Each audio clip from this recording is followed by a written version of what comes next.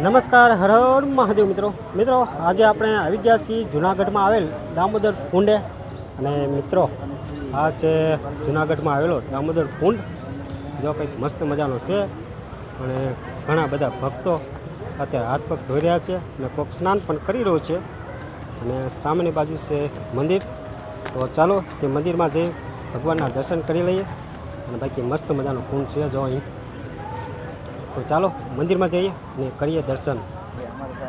અને મિત્રો સામેની બાજુ છે પ્રાચીન મોક્ષ પીપળો, જે કુંડની એકદમ બાજુમાં જ છે.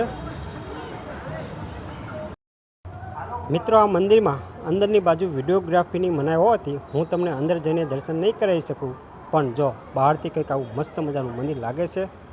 અને બાજુમાં છે જો પર્વત, આવા લીલીછમ હરિયાળી અને અદ્ભુત એવું લોકેશન છે.